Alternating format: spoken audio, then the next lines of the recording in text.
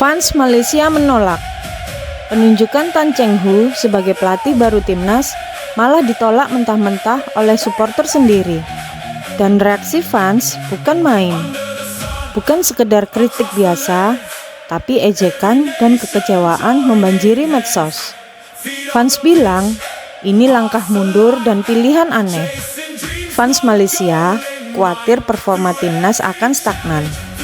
Mereka ingin fresh start, bukan recycle pemain lama.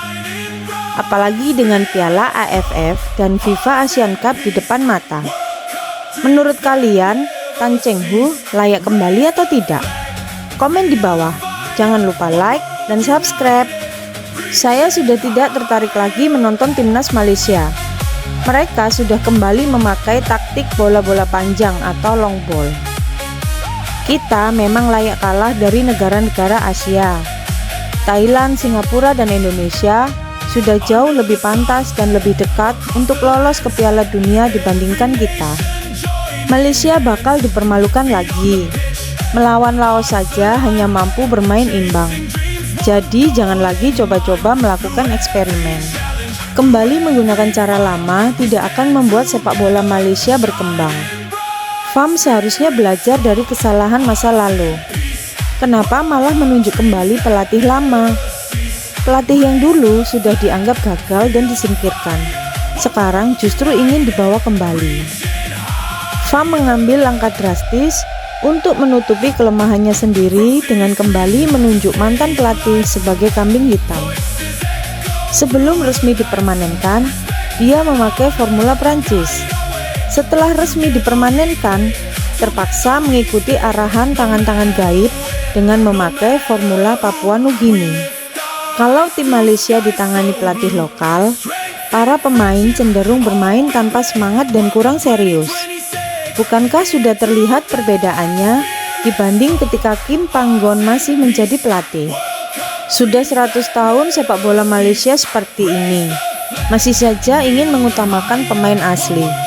Padahal harus sadar dulu kemampuan pemain lokal kita ada di level mana. Banyak negara lain juga tidak terlalu mempermasalahkan soal pemain asli. Dengan peringkat FIFA yang masih di atas 100, rasanya kurang tepat jika tetap bersikeras memakai konsep seperti itu.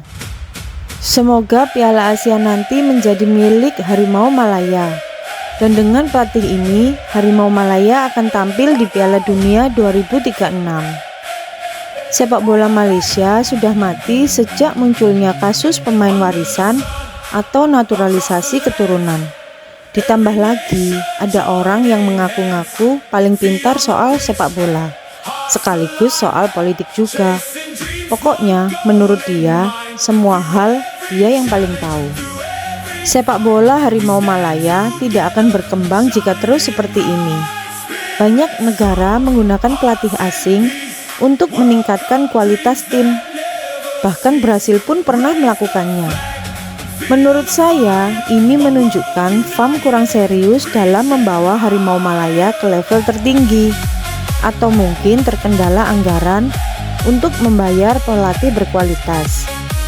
Di sisi lain, para pejabat FAM tetap menerima gaji, sementara laporan keuangan organisasi juga tidak dibuka ke publik.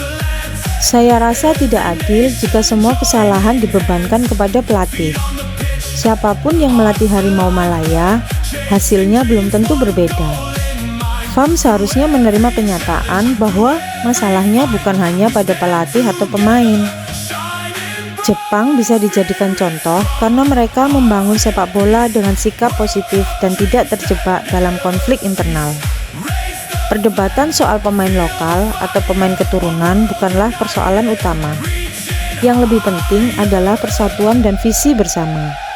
Menurut saya, Jepang berhasil karena fokus pada kemajuan sepak bola. Sedangkan di Malaysia masih terlalu banyak ego yang terlibat.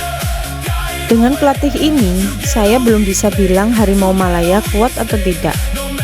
Dan juga belum bisa mengatakan mereka mampu bersaing dengan tim-tim Asia yang lebih kuat. Kalau bisa mengalahkan 3 negara ini saja, Thailand, Vietnam, dan Indonesia, itu sudah bagus. Berarti Harimau Malaya sudah selangkah lebih maju. Itu pendapat saya. Kalau ternyata tidak bagus, lebih baik jual nasi bungkus saja Harimau Malaya. Kalau memang mau mengembalikan orang-orang lama, sekalian saja panggil Coach Zainal. Jangan lupa Dola Saleh, Idlan Sahala, bahkan Sapawi Rasyid yang terkenal dengan umpan lambungnya. Sekalian saja panggil semua tokoh lama, termasuk pemain Terengganu yang saya sampai lupa namanya.